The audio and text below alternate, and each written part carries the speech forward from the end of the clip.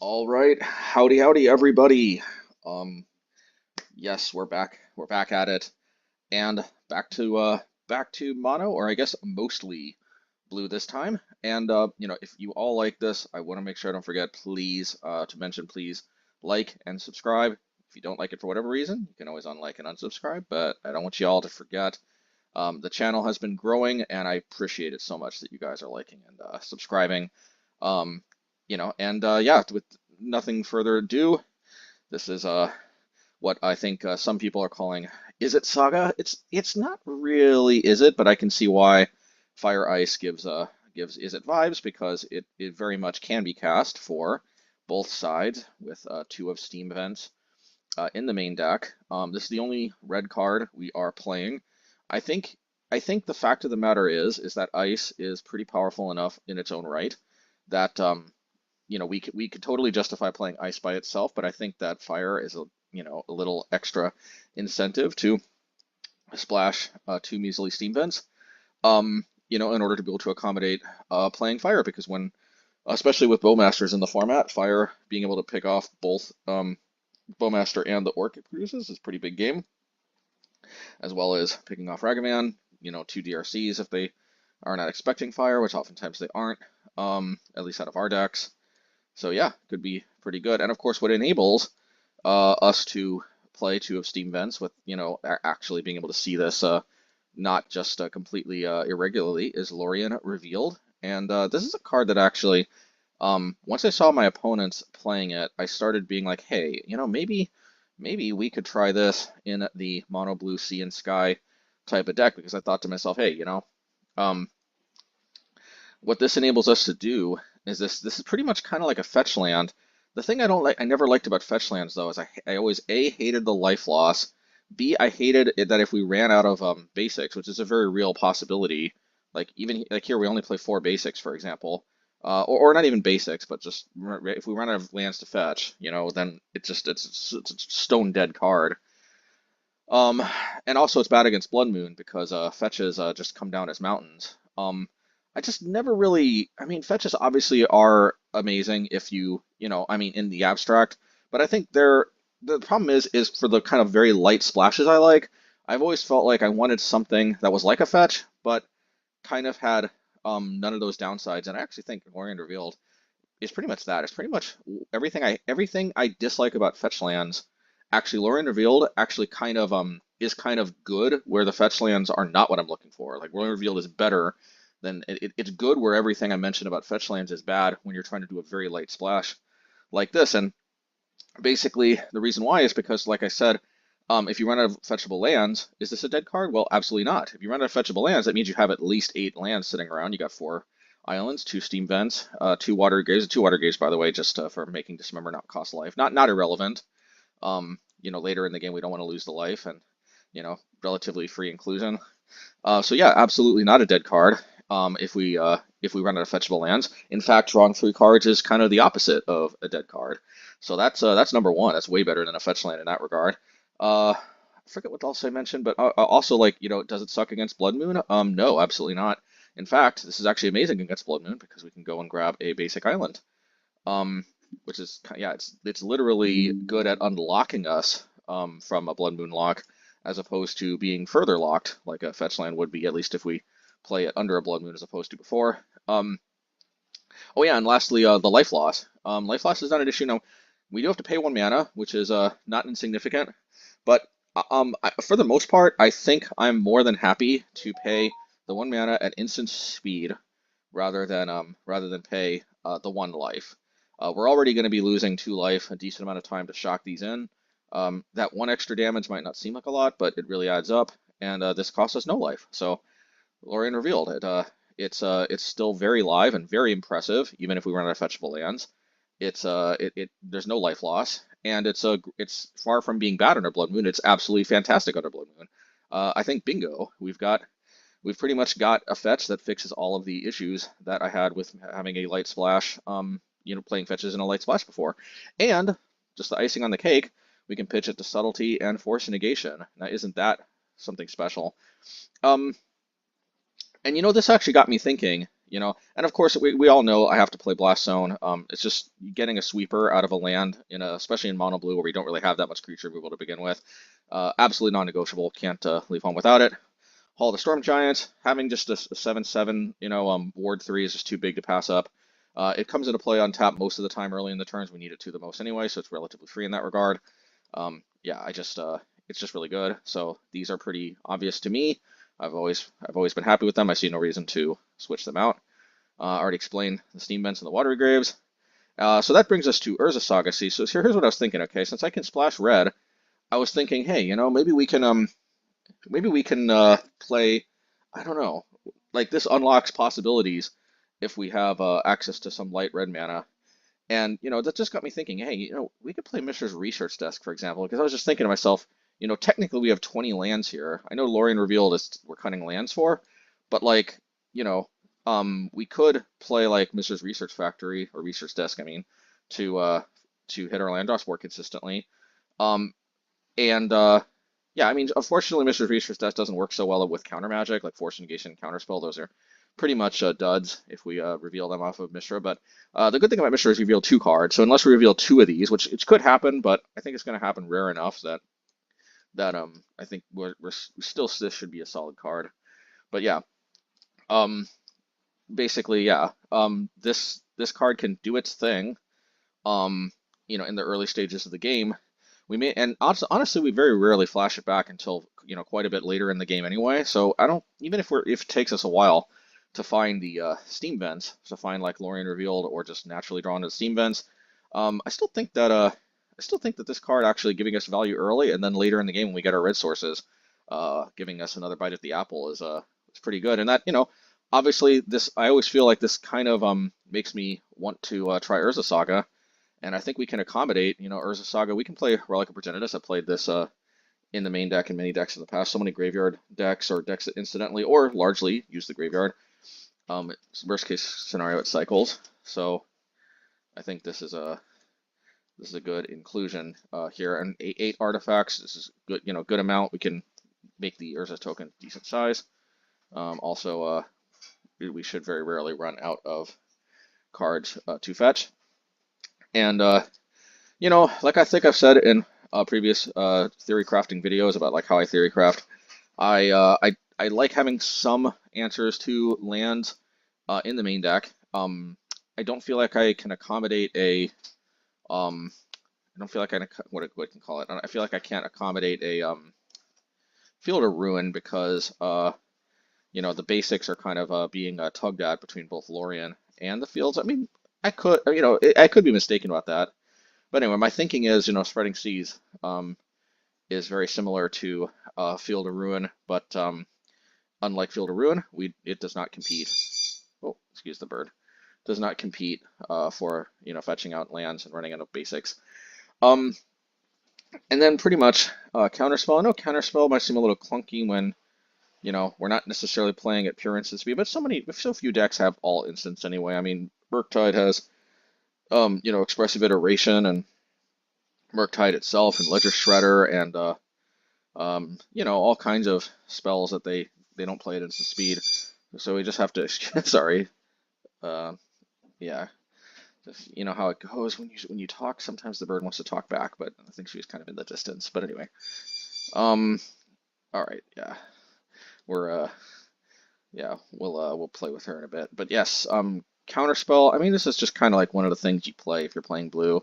It's not always great. Sometimes it gets stuck in your hand, but at the end of the day, there is no other deck that really offers what Counterspell offers. And yeah, we're playing blue. We're not necessarily super high curved, so it's very we're very doable to leave 2 blue mana up. Oh yeah, and we have 4, 8, 12, 16 if you count the Lorien Revealed, which you should, as a blue source. As long as we have like any of these 12, let's see, 4, 8, 12, any of these 12 blue sources, and we have a Lorien Revealed in our hand, we can get another blue source, and then boom, we're good to play Counterspell on turn 2. So I think, I remember Randy Buehler back in the day when he had Drago. He said 18 is the gold standard. Well, 16 is close enough. I mean, I've tried it enough that 16 is close enough. Plus, on top of that, we're not necessarily always going to have Counterspell, and even if we have Counterspell, we're not necessarily always, it's not always necessarily going to be the optimal play to hold up Counterspell mana on turn 2. Sometimes it'll be correct to play Spreading Seas, Fire or Ice a Ragavan, you get the idea. So the amount of games where we'll either need to or have nothing better to do than to play Counterspell on turn 2 and also lack the 2 blue mana. I just feel like, yeah, I feel like 16 blue sources should be enough. Obviously 18 is better, but you know me, I'm already deviating from the MHayashi norm enough. I feel by playing only 2 Steam Vents instead of 4, so I'm not going to push I'm not going to push it too far, with like playing 2 relics or something. I suppose I could, but relic is too good in the matchups where it's good. So anyway, Brazen Borrower, we know this from Classic Sea and Sky. It's still good. There's no Chalice necessarily, at least in the main deck. Still got it in the sideboard to necessarily lock the opponents out of their 1-drops if we bounce them like we have in Classic Sea and Sky. But at the end of the day, it's still a bounce spell, still a 3/1 flash. I still like this card. And of course, Force of Negation, Subtlety, good. 1/2 to be able to counter and delay creatures. Both of these can hit Planeswalkers, is pretty nice, but yeah, Subtlety is also just a nice beater and source of card advantage if we can wait till 4 mana. Dismember, of course, can't leave home without it when we don't really have access to much other removal. More reliable than Fire Ice 2 because we can play it even with 0 black or red mana. Even blue mana, even if we only have like a Blast Zone or something, we can still cast it off with just that. So yeah.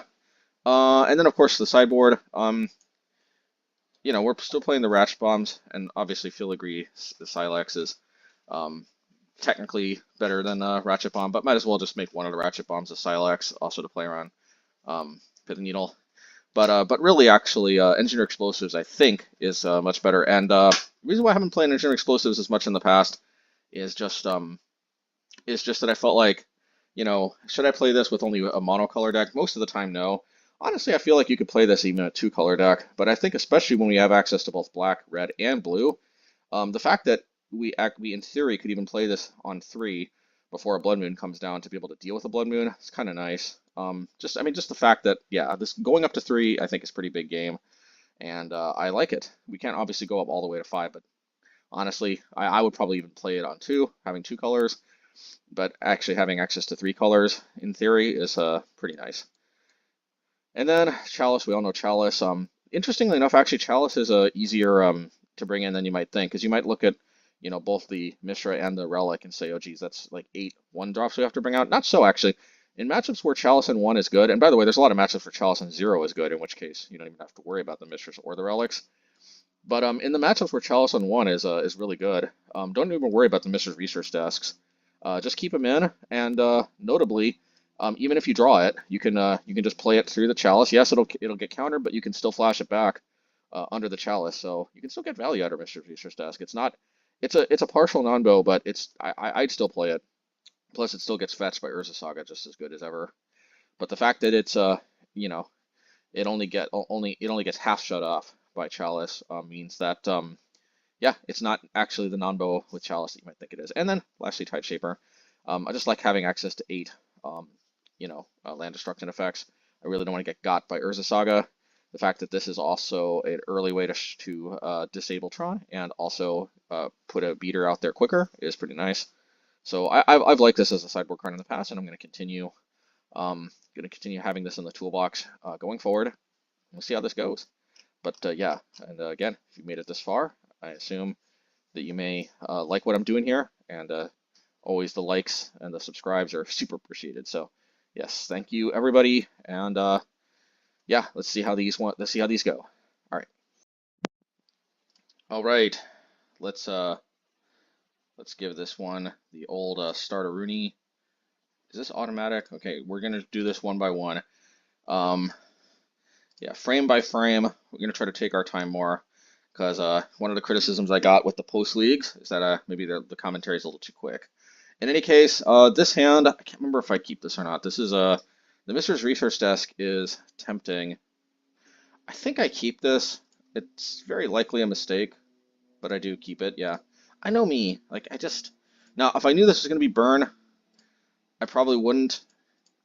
You know, there could be some consideration to subtletying, but I think I'm just going to dismember. Problem is actually is yeah, you see, actually, you know what it is? I don't, I think this is burn, but I don't think I immediately identified that this was burn. But once I do, I think I dismember. Yeah, I got to dismember this. I mean, I'm taking either 3 damage or 4, and I guess I can Lorien Revealed. Get another basic island here. Well, it would be nice to have access to fire. I think that's just not really an option. Play Mishra's Research Desk. Please don't play another creature. Okay, I think that's going to be a Sulfuric Vortex. Boros Charm. Okay. Well, I'm glad they sorcery speeded it like this, so we can Force of Negation it. And now they can't play their Skewer the Critics because we didn't take damage. Whew. Tough choice. I think Spreading Seas, but I might misread. Yeah, because a better chance to actually draw land. But of course, this is the problem. I don't want to either play Watery Grave or, you know, this card maybe lets me close out a little bit easier. I think I have to just hold up Counterspell. But this, oh yeah, you know what? I can hold up Counterspell and then I play Brazen Borrower if they don't play anything counterable. It's very unlikely we're winning this one, but you know, we will give our best college try here. So let's see. There's a Saga. We play the Spreading Seas. Play this. I'm not feeling this, but let's see. Well, they don't have anything. So I got a feeling we're gonna eat a Skewer the Critics. What do we call it? Oh, or just a Boros Charm to the face. Okay. Okay. All right. So game 2 for this match, and so for sideboarding, I'm in the EEs. Ratchet Bombs are a little too clunky in this matchup. I don't really have time to ratchet them up. On the other hand, yeah, I guess what it is blue is pretty reliable, and most of their creatures are 1 mana. So yeah, that's my thinking there. And Chalice. Chalice is actually, I almost feel like mulling to Chalice is almost going to be the way to go here. It looks like, yeah, Dismember was a fairly obvious takeout, and so was Relic, because Relic also is a non-bow with Chalice. So pretty standard, I think, decision here. Let's see. All right, now this hand is, I don't know about this one. I got a feeling I'll keep it, but you know, I think when I watch these old games, I actually seriously wonder if maybe I keep too many hands. But I just the hands I see are sometimes just so funky. On the other hand, we got an Engineer Explosives queued up, and we just ripped the Chalice that I regretted not mulling to. And the fact that we can protect it with a Force is nice. Now, if they smash on upkeep, okay, good. You know, the fact that they've seen both Counterspell and Force of Negation keeps them guessing, because if they do it on upkeep, then I untap with 2 blue and I can counter. If they do it on their turn, I can Force Pitch. Anyway, let's see. Where's the share? Yeah, I think I can taste it. I'm gonna hold the Lorien Revealed. Drawing 3 might actually be in my future. I'm just getting 2 flooded. Extra lands won't really do anything for me here. Well, I can't counter that even if I wanted to. So, all right. Well, we're in the hot seat, but I think I'm gonna Lorien. Yeah, there was an argument to be had to play the Brazen Borrower, but I think drawing another Force of Negation is pretty good stuff. All right.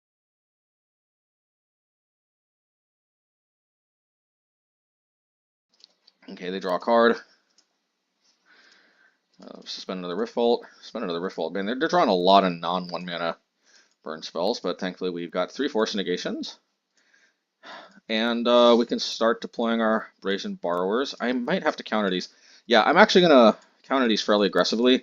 The reason why is we've seen Exquisite Firecraft, and we can't deal with an uncounterable Firecraft to finish us off. So, okay. Yeah, I think I'm just going to do what I said in the intro, and I'm just going to play that to put it in the grave for future use if we draw a red source. I'm going to play the Brazen. I'm going to... yeah, an argument could have been made that I should have played the other Brazen, but I guess not. Yeah, I'm just going to do that. Force of Negation this. We're gonna play the Subtlety, I think. Yeah. Alrighty. Just disable the white source. Yeah, attack. We're still in a little bit of a hot seat, except I think we have lethal here because 7. No, we can bring them down to 1. Oh, so I think I'd rather. Yeah, this. I don't know what I was thinking here. I must have miscalculated, but they didn't draw a 2 mana or 3 mana burn spell, so thank goodness. All right. All right. So, see how we close out the old burn match for Vinny. Yeah, same as before. Let's this one. I think I also should mulligan it, but I got a feeling I keep it. I guess the Urza Saga is pressure, and they don't play a creature, which is actually a godsend for us. Play their explosives on 1.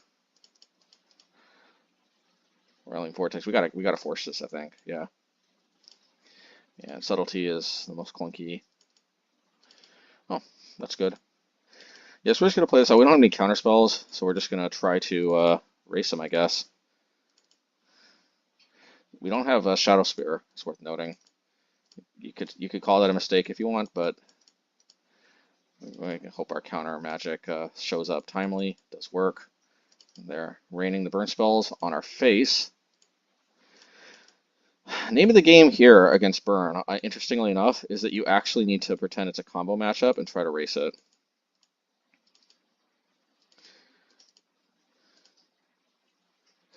Yeah, so, all right, we're a little bit in the hot seat, so let's see here.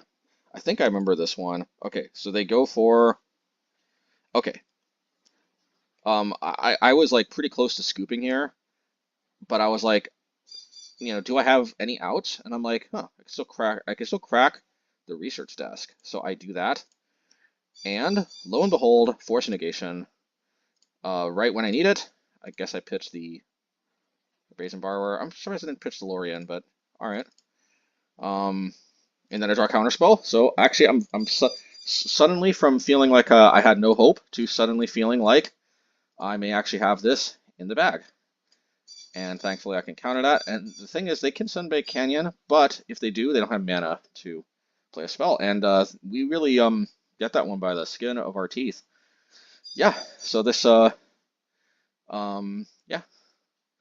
So what are my thoughts? Burn. In retrospect, I'm thinking, maybe I should have mulliganed to Chalice more aggressively. On the other hand, it's hard to tell with burn. Sometimes they just don't draw a lot of 1 mana burn spells. Like in this match, they only drew Lightning, Bolt, and Lava Spike, and Lava Spike I think came later in the game. So Chalice may have only countered 1 spell. And if mulliganing aggressively to only counter 1 spell is a little bit dubious. Well, I guess they have another Lava Spike right here, so maybe 2 spells. Anyway, I think maybe the first one I got lucky by ripping that Chalice off the top, but maybe this one actually was correct because the Urza Saga. This is one of the whole reasons I'm intrigued by Urza Saga is just the ability to race off of a land is kind of nice. It's the only reason we won this one. Anyway, let's see how the rest go. Okay, next match. Alrighty. Okay, so what do we think? What is our thoughts on this hand? I think this is keepable. We cannot, as of now, we cannot cast Counterspell in turn 2. Actually, no, we can. We got the Lorien Revealed. So, yes, this is exactly the kind of sequence I was talking about. We can Lorien Revealed for a blue drop. I think we're gonna go get Steam Vents. Yeah. So I'm gonna probably fire that Ragavan. To quote a certain oh wow, that was not expected. I think I pegged them on Murktide. I'm not used to Murktide playing Force of Negation. I think they only played as a one-off, but hey. Alright. Well, at least we get value out of the Mishra's research desk if is what it is. I'm gonna play Urza Saga, I think, yeah. And do I fire off the Dismember? I'll wait till their upkeep. Yeah. And we can. I'm surprised we didn't counter. Oh yeah, because I can Brazen. I'm gonna Brazen. They play it again. That's fine. But now we've got Urza Sagas that we can crank out. And yeah. So they might be able to intercept this, but okay, they don't. Play another one. Preordain. Okay. I think I might want to get a Relic. I know I'm going to have to get rid of my own Mishra's Research Desk, but I'm not sure. Maybe I'll just get another Mishra. Yeah, just get another Mishra. I can try to play a Counter War. Surprised I got this instead of the Mishra's Research Desk, but I guess I'm very committed to trying to hit my land drops, aren't I? I got 2 Mishras in the graveyard. All right, so I'm going to try to Subtlety. They counter. I think I'll let them have this one. I can deal with that with Blast Zone at any point.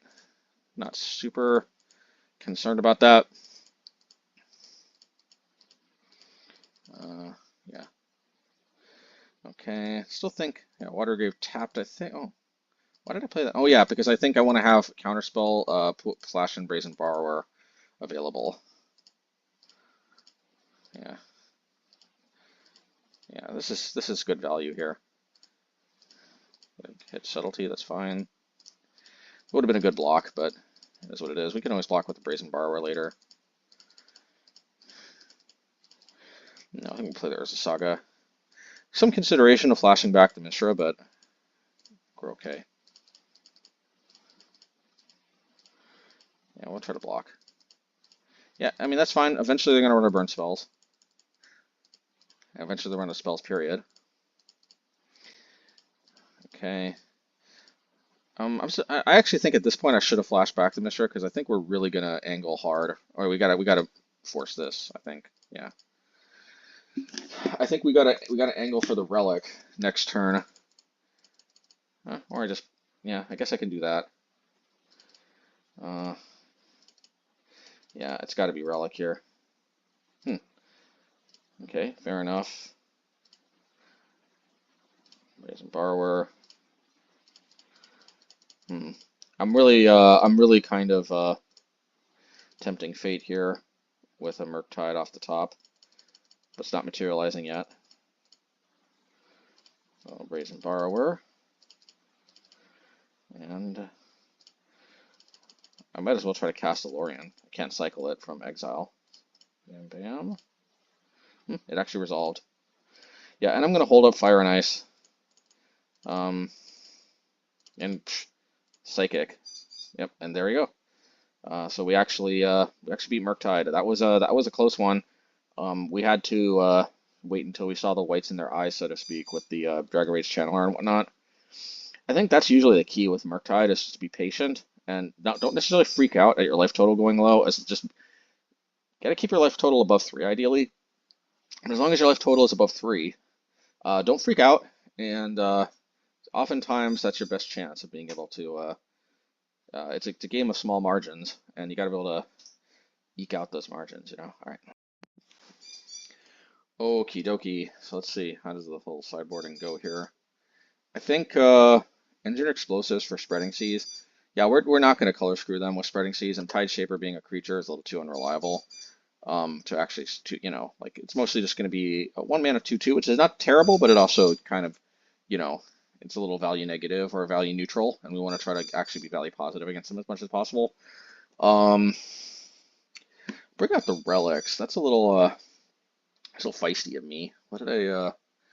So I took out the relics, and I guess I brought in the Engineered Explosives, and I took out the Spreading Sheaths, and I guess I brought in the Chalices.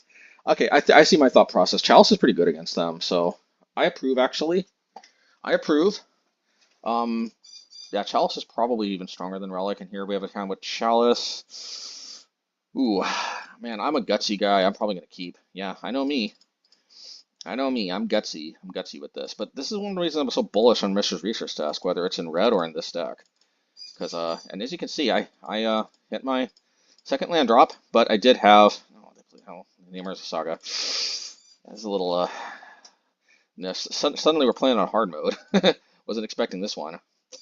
Ooh, this is bad because, yeah, this is bad because we actually can't cast Lorien. I mean, we can't cycle it from exile, and the Urza Saga is just going to instantly go to the graveyard. So this was actually pretty much a miss. Um, well, at least they're missing land drops, I guess. You know, all the Storm Giants. We'll try to play Chalice. I'm sure they're going to counter, of course. But, you know, Chalice is one of those cards you kind of have to fire it off, you know, earlier. Otherwise, it's just not that good. So yeah, we're gonna hold up fire, I think.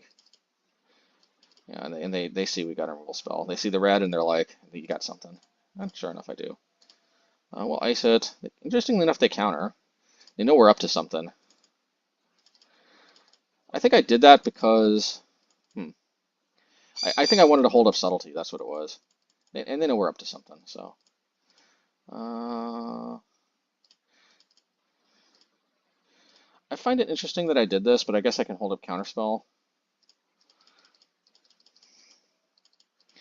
Man, having to play counterspell on a Ragavan is a little dicey. But, you know. Alright. EE on 1. Oh, wait, that's why I'm not playing the Urza Saga, right? Because of the freaking Alpine Moon. Silly me. But yeah, we're still holding the fort. Good old. Why didn't I subtlety? Oh, because I guess I have to engineer explosives while I can. Oh yeah, because I actually hit the Alpine Moon and the Ragavan. That was a little dubious of them, I think. But hey, alrighty. Yeah, so now we can play the Chalice. Chalice unlocked. I mean, sorry, Urza Saga and Chalice. Let's see. We can fight back. I guess we will. If they go Murktide, we'll definitely What did they do? Oh yeah, they forced. Yeah, they forced pitching subtlety. All right, fine. You win. You win this one. You won the battle, but who's gonna win the war? All right, that's fine. We can race the Dragon Rage Channeler, I think. Alrighty. And this time we probably will get a relic. We don't have any Mishras to conflict with Grandmaster Relic Plan. Yeah, just in case. Put that on 2. Okay. Oh yeah, right. I don't have relics. I forgot. Just remembered. All right. Get them for 2. I'll play this. Hit my land drops. Hitting land drops is super important in this deck. So this is the #1 reason Mishra's Research Desk is here for. Alrighty, Lorien Revealed. Probably gonna. Oh, am I gonna go for it? Go for, yeah, and then attack for 6. And then I can crack this after damage. Yeah, maximize damage, which is nice. Play this. And we got a hand chock full of cards, which is nice. Let's subtlety their subtlety. Yeah. Subtlety their subtlety. Not bad. I don't want to force that. We'll pick our battles. We're actually winning the race, I think. Anyway. Ever so slightly. Yeah. I knew we had to pick this battle. This was a battle I saw coming from a mile away. And I feel like they packed in a little too early, but oh yeah, no, we got the haul, right? 1, 2, 3, 4, 5, 6. Yep, so actually we had lethal. If they killed this though, they would have been at 1, right? I guess they didn't have any answer to the construct token. I still feel like they packed in a little too early, but but let's say they play on. Let's say they play Murktide. We got them down to 1. They have to be able to deal with both the construct tokens. All their fetches are turned off. Next turn we can try to bounce their Murktide to clear the way for 1 or 2 construct tokens, assuming 1, because assuming they have a burn spell, which I assume they don't because they scooped it up, but assuming they do, I still think I go for it, and yeah. They just bounce I petty theft the Murktide, and then if they have a counterspell, I counterspell back, and most likely I end up winning the game anyway. So I guess that's why they packed it in. All right. All right. Next match. Okay, this one is definitely a keep. We don't have much creature removal though, so a turn 1 Ragavan could absolutely wreck us. Thankfully, it's not a turn 1 Ragavan. Yeah, not much reason not to do this. And Hammer Time. I have to imagine we have a pretty good Hammer Time matchup. We just have a lot of ways to interact with even gigantic creatures. Yeah, I just don't want this thing slowing me down for the rest of the game. I know it might seem like an aggressive counterspell, but it's just very annoying to have to deal with that for the rest of the game. I want to sandbag the Blast Zone because I want them to commit more 1-drops to the battlefield, ideally. And play Hall, I think, yeah. Yeah, continue to sandbag the Blast Zone. It can be a little dangerous, but we'll see. This will be sandbag the Spreading Seas for. All right, even if they get a Caldera, then we can still petty theft the Germ token. So I'm not too worried. Alrighty, make a Saga token. Play this. I might as well attack. And yeah, this is just so awesome sauce against Urza Saga. It's ridiculous. I think we'll continue our quest of sandbagging the old Blasteroni. Yeah, I know they think this is GG, but I got the petty theft, so not bad. So play Relic. Yep. Attack. We'll hold up the Subtlety and crack Relic, maybe. I might just end up cracking Relic just because I got to see cards. No, we're definitely going to Subtlety this.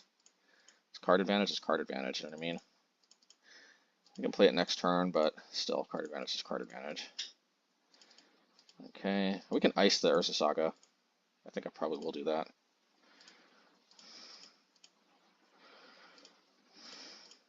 We'll play the Relic so we can juice our Construct token, get into some damage. Yeah, I think I'm gonna ice this Urza Saga, or no? I guess not. I guess the token. Yeah, I don't know. Oh yeah, I guess I gotta ice the Stoneforge Mystic, don't I? Oh no, I gotta fire the Paladin. That's it. Okay, fair enough. I can tank 11 damage. It's not that difficult. Gotta crack both relics.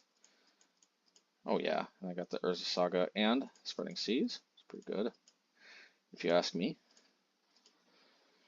Keep one little 1/1 chump blocker around. Always nice.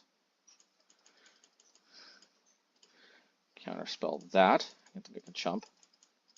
Don't mind if I do. I chose to counter this Pure Steel because it's just that card threatens to just run away with the game, and I can always save the Blast Zone until later. Don't mind if I do. Okay, and I think we just have lethal here. Okay, I guess they start getting worried about the burn spell, which we did draw, but yeah. Got Force of Negation back up in case they got some trickery. Let's do this right now, so at least they lose Metalcraft. And they scoop it up. Nice. Yeah. Okie dokie. Oh yeah, let's sideboarding. Yeah, I take out Subtlety and Counterspell. Force Negation is still pretty good because I can stop the hammers and stuff. Being free is pretty nice. Yeah, Subtlety is pretty limited, plus the fact that the card goes to the top of the library. I mean, Subtlety has its place, potentially, but I think... let's see, what do I bring? Yeah, Tide Shaper is obvious, because one of the only ways we get juked is with Urza Saga. Tide Shaper helps reduce that juke possibility. And I'm trying to think of what else. What else we've got going on here? Oh yeah, Ratchet Bomb and Ratchet Bomb and Engineer Explosives. That's I have to imagine this is a good deck, especially a good matchup, especially after especially after the bringing in that much hate. So I take out Subtlety, take out 3 counterspells, and I take out Relic of Progenitus for 3 Ratchet Bombs. I know one of them is a Sylex, but you get the idea. 3 Ratchet Bombs, 4 EEs, and 4 Tide Shapers. And I think that's worth going down on the counter magic in this matchup. So this matchup is so like they have so many cheap spells. You know, anytime I tap out for a counter spell, I'm trading you know, a 2 mana spell for most of the time a 1 mana spell on their part. It's not, I mean, it's okay, but you know, in game one we got to do what we got to do, but I think we have better options in game two. So that's my thinking at least. All right, Esper Sentinel. Oof.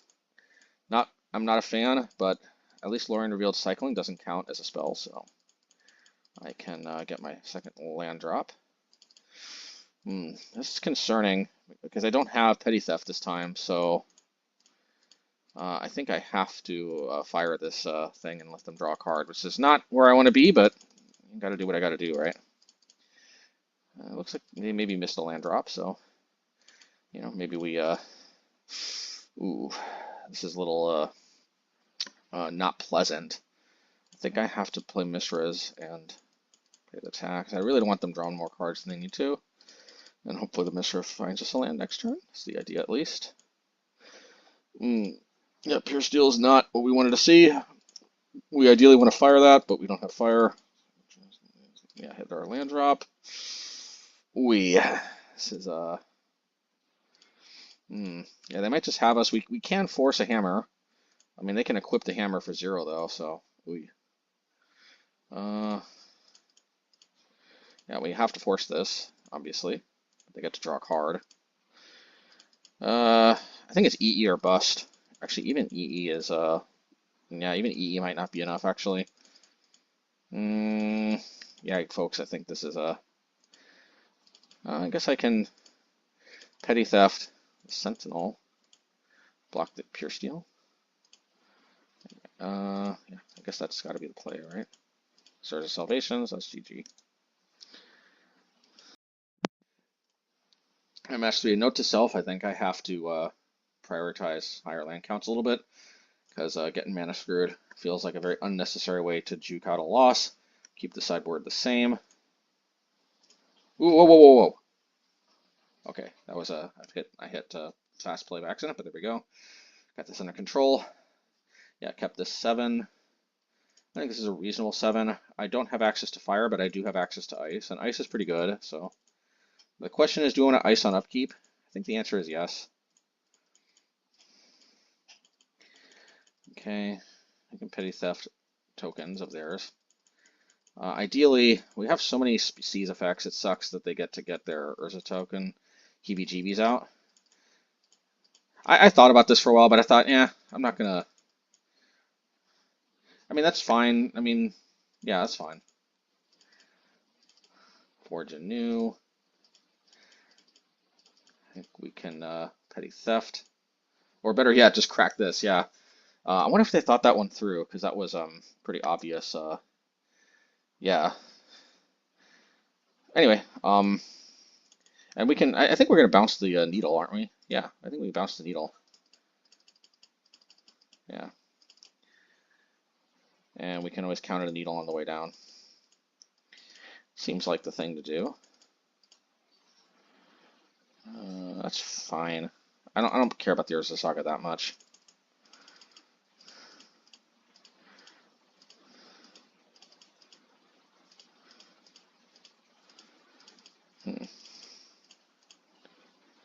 I thought for sure they had a Surge of Salvation, but Cigar's Aid.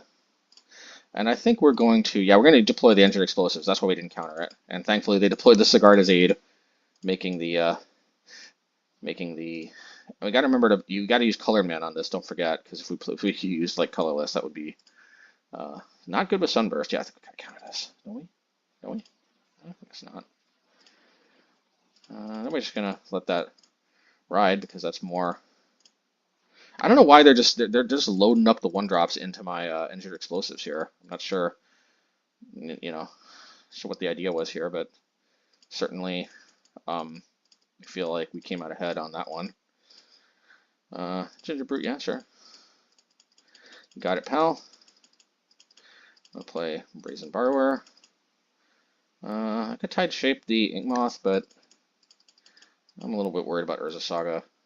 Or not. I guess I'm not worried about Urza Saga.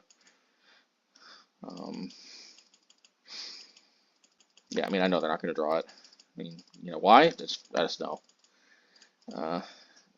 Yeah, in retrospect, maybe I should have held this for Urza Saga, but hey, it turns out they don't seem to be drawing it, so. I mean, I could have got the Watery Grave, but I want to be able to hold up both Force and Counterspell. Yeah, I guess 2 Pure Steels don't. I guess I'll Blast Zone for 2 when I. Yeah, makes perfect sense to me. I might as well clear this out. But that doesn't do jack. You and permanents you can only gain hexproof until in a turn. Well, this isn't targeting. Damage black and red sources would deal. This isn't black or red, and it's not damage. So I don't think this is gonna do anything. Hexproof, sure. Still get destroyed. Okay, I don't know. I guess they had to do something, I guess, but it feels like a waste of card. Plus, they could have blocked with Gingerbread on the Tide Shaper in game 3 life. They would have been at 5, but they'd still be dead. All right, we're not seeing the victory screen, but this is a victory. They scooped after this. All right, cool. All right, next match. Maybe just a quick reflection on the Hammer Time matchup. As we could see, even though I think we got so many tools to blow up their board and stuff, we still have to be careful because Hammer Time is the definition of a matchup that they can pull out the stops. So you always have to play on your toes. I actually kind of like Hammer Time.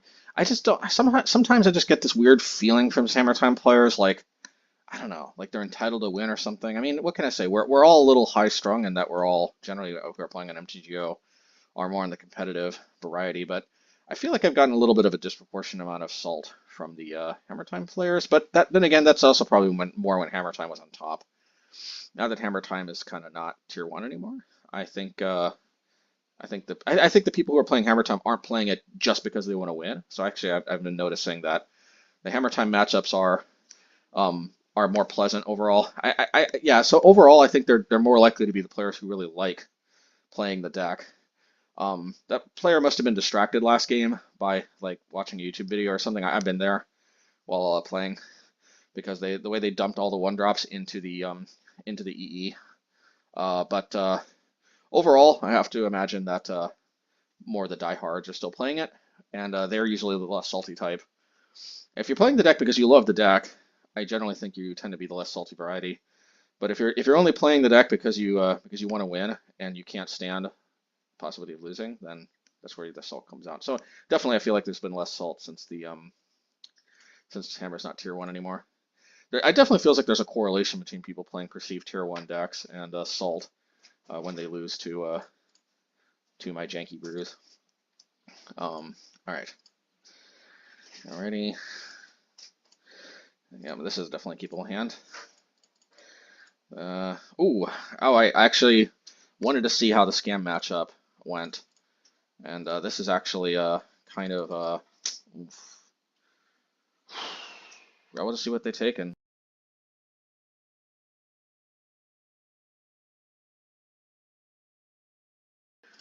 I find it interesting they took Spreading Seas, but I think we got to play the Urza Saga, keep on going. Might as well play out the Mishras so that they don't have, like if they thought Seas, there's nothing for them to take anymore, but oof. That's, So I think I make a mistake here, and I think I cracked this, and unfortunately this means I can't ice the, I should have done this on my turn, but I guess I can fire, I can Spreading Seas the Blood Crypt. Oh no, I gotta do this. Yeah, this was such a mistake. Oh, sorry about the bird.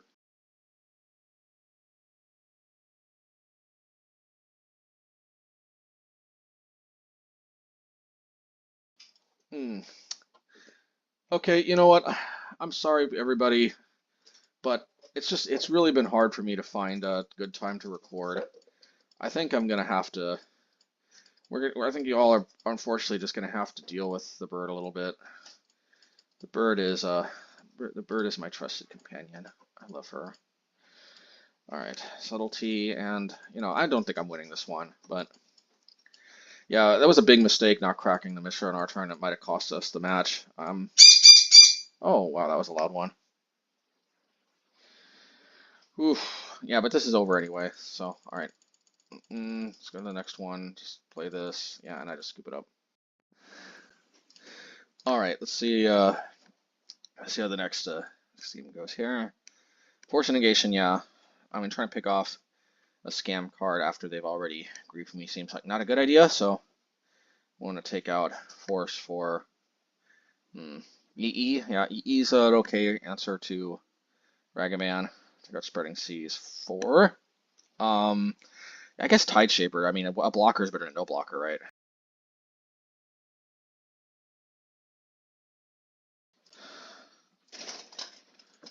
Yeah, this is keepable. We actually have an answer to Ragavan this time, which is nice. It looks like they don't have Ragavan this time. Go figure.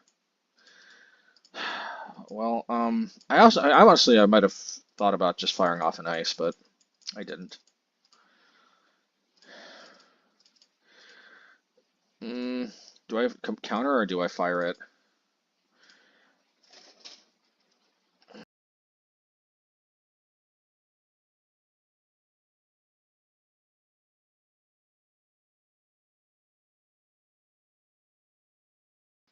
I tanked the damage because if they had a Fable, I need to counter that, plain and simple.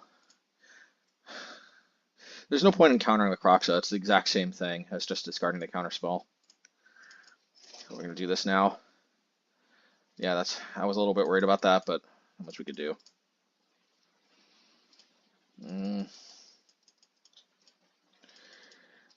Alright, this is a... Yeah, we can hit the token because we want to be able to counter. Alright. I guess play EE on 2. Polygon's going to have to counter that, so she was too good value. Yeah, see, their ability to play at instant speed is really killing us here. Because I probably shouldn't play that on 1. I'm just terrified of Raggedashing, but end of turn, play this. And attack. I gotta counter that Kroxa.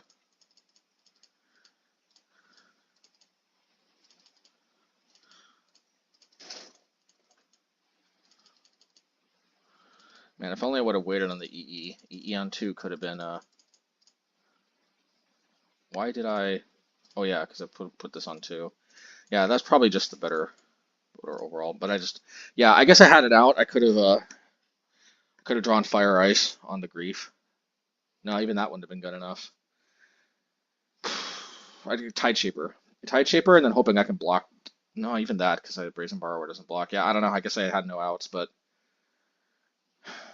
yeah, if I had held the EE, I wonder. Yeah, kind of same situation. Yeah, I don't know. All right, yeah, Scam's tough. Honestly, if they didn't have so much instant speed stuff like Polygon's command, maybe, but they did, and there you go. All right, last match. Let's see.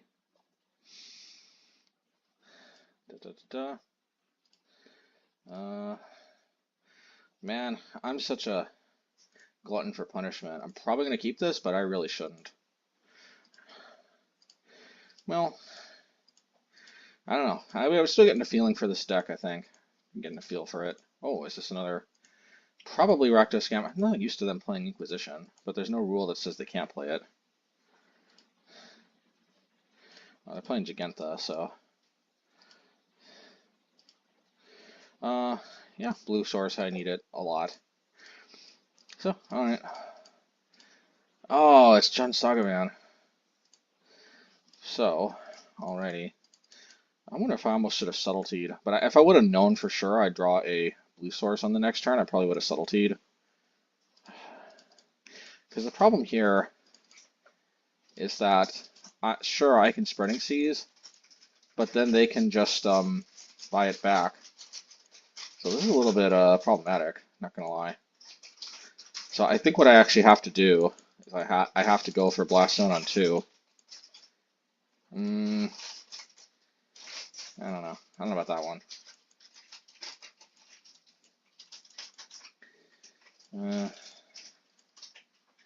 Yeah, I think my plan was to... Yeah, no, yeah, it was to slow the Urza Saga down, and then Spreading Seas on 2. And yeah, I mean, then Blast Zone 2, yeah, that's it. And then play Spreading Seas. I think my hope was that I'd draw 1 more mana though, but that just didn't happen, and now I'm just stuck. Yeah, so this is terrible. Plus Ren's gonna ultimate. I really need it. I think I just scooped here. Yeah, sorry folks, but I think I just scooped here. You could call it premature, but there's really no beating this. It's a recurring. Whether they recur Urza Saga or cash out the Ren, I needed to hit a land there. End of story. Yeah, to be fair, actually, looking back at it, given that keep, well, I might have just lost when I made that keep, but looking back at that keep, looking back at that hand, I think considering the keep, which again, maybe I lost it right when I made the keep, but considering that hand I kept, I don't know that it actually changed anything. I actually think ice in that Urza Saga, and then going for the Blast Zone, and then Blast Zone the Ren, then play Spreading Seas, on the same turn, which required me hitting 6 land drops, but that is doable, but didn't happen. I think that probably wouldn't have done anything different. That was probably my best chance of winning, but it is what it is. So you got to be able to sometimes play to outs like that to have a chance with this deck, and that's ultimately going to be this deck's downfall. I think is that I think you have to make too many really really precise technical plays that also are very risky and very not guaranteed to play out in situations like this. But hey, if you really want to play on difficult mode, this deck can win, but this is one of the shortcomings. Um, yeah, so sometimes you got to take the most insane, crazy, risky, whatever lines, and hope it works out. And this time it didn't. Okay. Let's see how the sideboard went. A little surprised I didn't bring in Tideshaper, but definitely EE. EE can also deal with Ren and 6, which is very critical. I think, yeah, I took out Brazen Borrower for the EEs, and apparently that was it. So, yeah. Force of Negation on Ren is super important. Yeah, it's tricky. I kind of feel like I should have Tideshaper instead of Counterspell, but Counterspell and Ren. Maybe my thinking was Counterspell on the play, Tideshaper on the draw. I don't know. We'll see.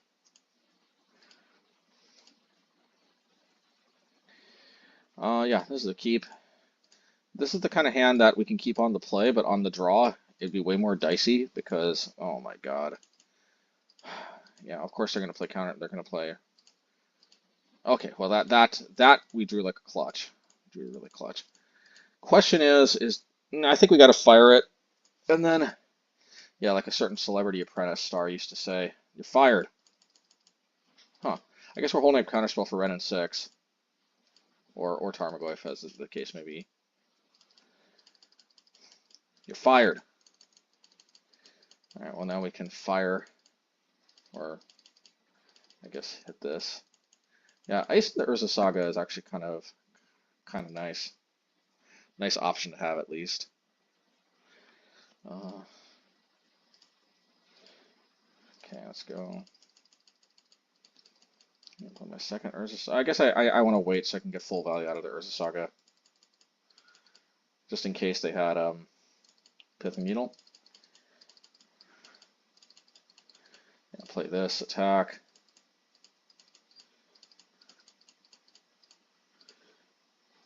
Jugenta. I got a good feeling when they're putting Jugenta to hand. I'm getting a good feeling.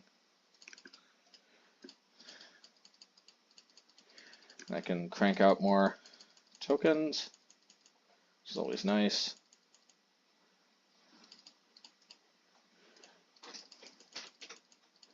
Yeah, let's crank them out. Fire, that's fine. Crank them out some more. Relic, in case they have Goyf. Alright, fine. Is that going to be a Jugenta? Yeah, I'm just going to Subtlety this. At the end of the day, bring that a 1, force a chump block. I think it's worth it. Draw a card. And we can Subtlety this again. And so I do think they cast it, and I do think I Subtletied it, pitching the force. But the client just cuts out the very last part. All right. Okie dokie. Let's see. I'm surprised I run it back. I think Tideshaper is better than Counterspell on the draw. Counterspell is very, very suspect on the draw, but let's see. Yeah, the problem is no red source, but at least I can ice some Ragavans. Well, after taking a good clean hit though. But at least I can ice it.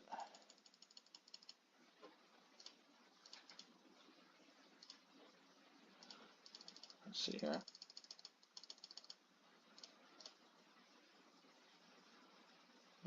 Yeah, we're definitely gonna ice it.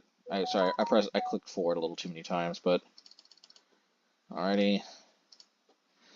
Yeah, they took the spreading seas. That took both spreading seas. This was disgusting actually. I mean, I guess we can play our construct too, but they're gonna get Haywire Might, or just play Pithing Needle. I thought they were gonna play Haywire Might, but hey, what do I know? So we're gonna have to dismember this, I guess. I should have dismembered that before cracking this. What I was thinking. Yeah, this is disgusting, man.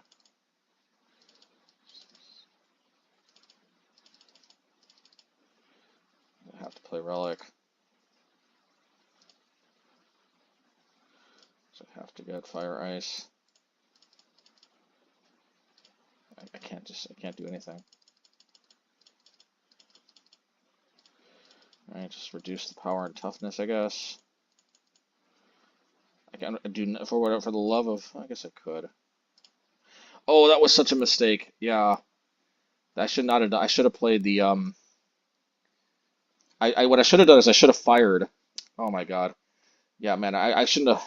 Okay, so if you rewind the video, you'll actually see that I had 3 mana untapped. I didn't make my land drop yet, and I made a huge punt right there that I wish I could go over in more detail. But basically, it's just I should have fired the Ragavan and the Haywire Might, then played the Urza Saga so that I could hold up the Relic and then crack it when they attack, so I can minimize the Tarmogoyf damage. Instead, I played the Urza Saga, and I forgot they had a treasure token laying around. Forgot about the treasure token, so they used that to kill the Urza Saga, and now I can't crack the Relic. So this is disgusting. Yeah, this is just, and they would have had a 1/1 or a 2/2 token, I guess. This is just it's just disgusting, man. I mean, I might not have been able to win anyway, but I would have been at 5 instead of 3. They wouldn't have had a treasure token because I would have dealt with the Ragavan.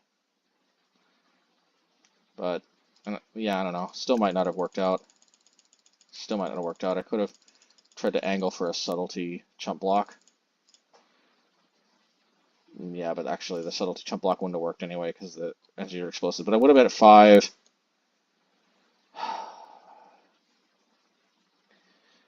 Whatever card I just exiled, they might have had in their graveyard. So maybe it all would have came out not Millhouse anyway.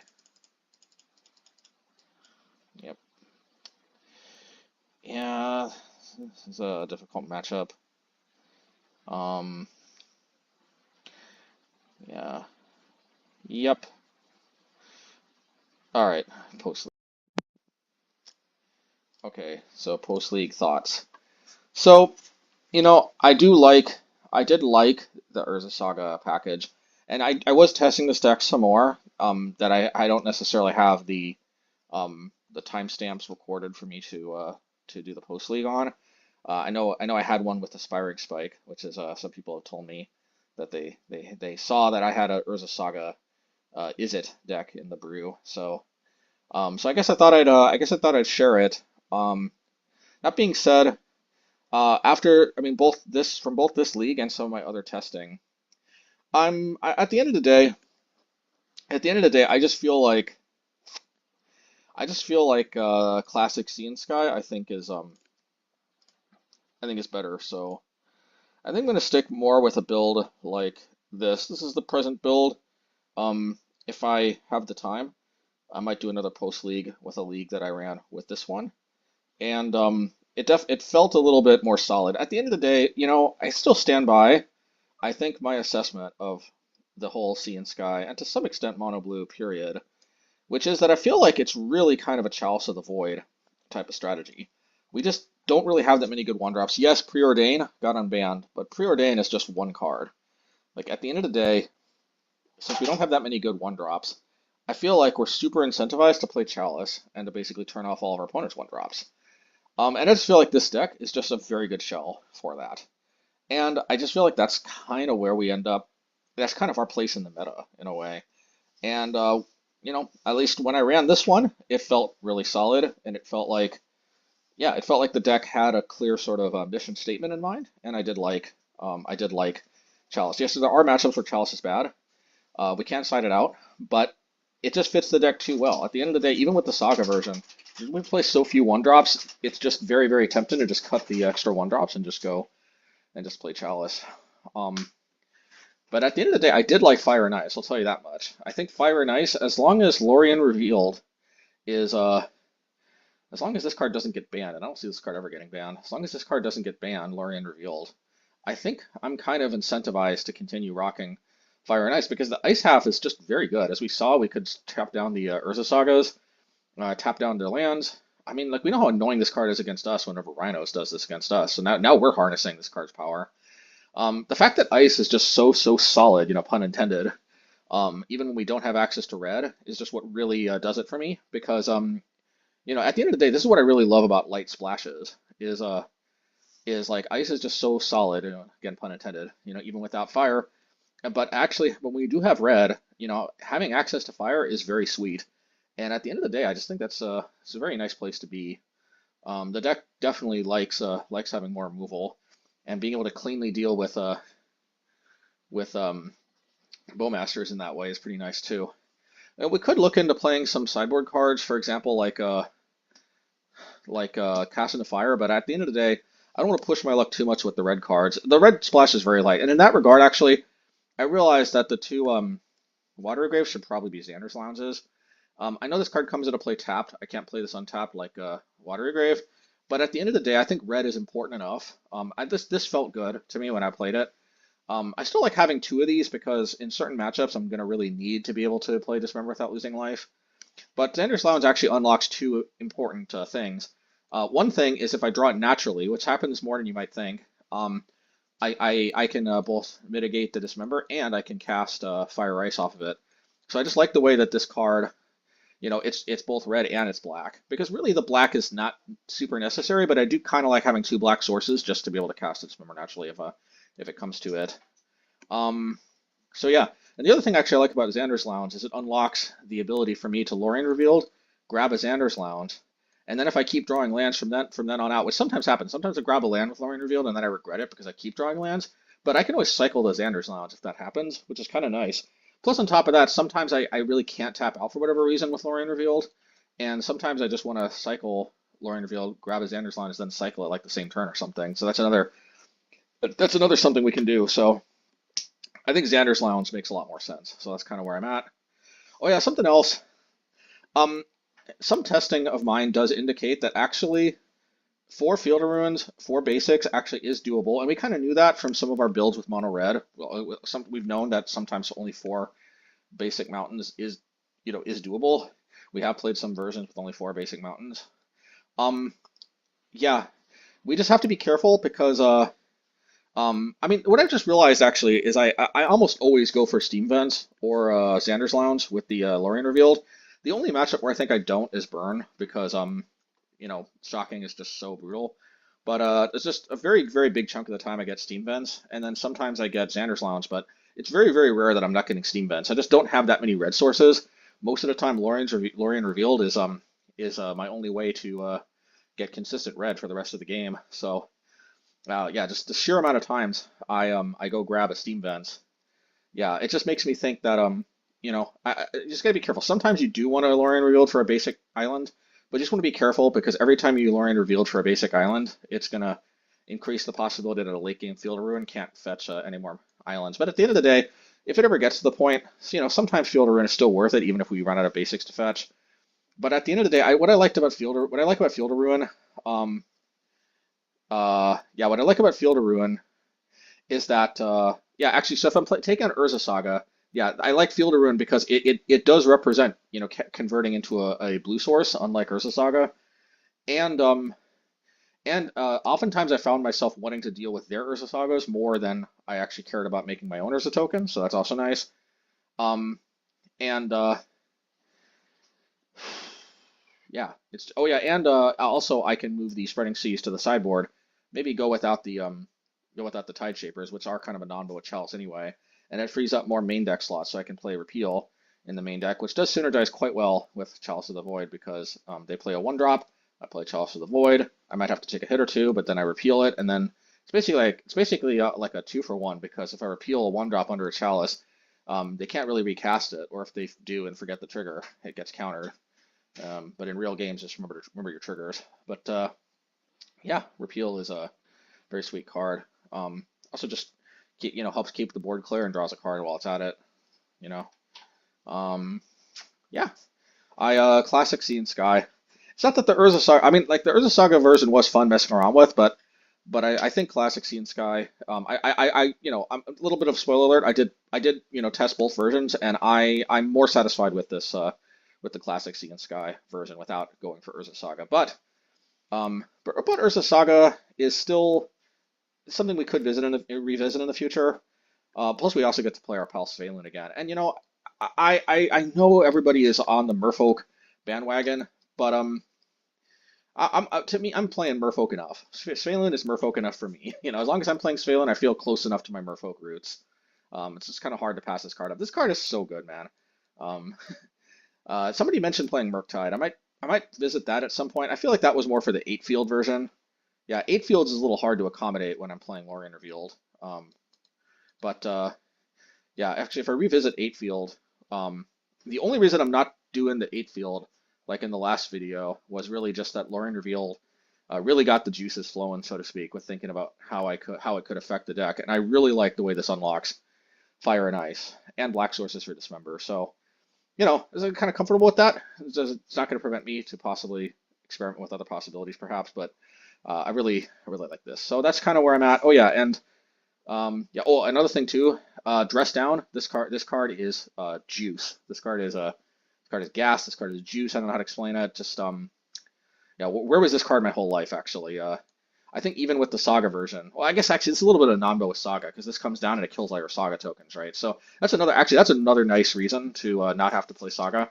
Yeah, I forget, a lot of different people recommended for me to try Dress Down, and I should have tried this way sooner. So thank you all of you, because yeah, this card is absolute nut sauce.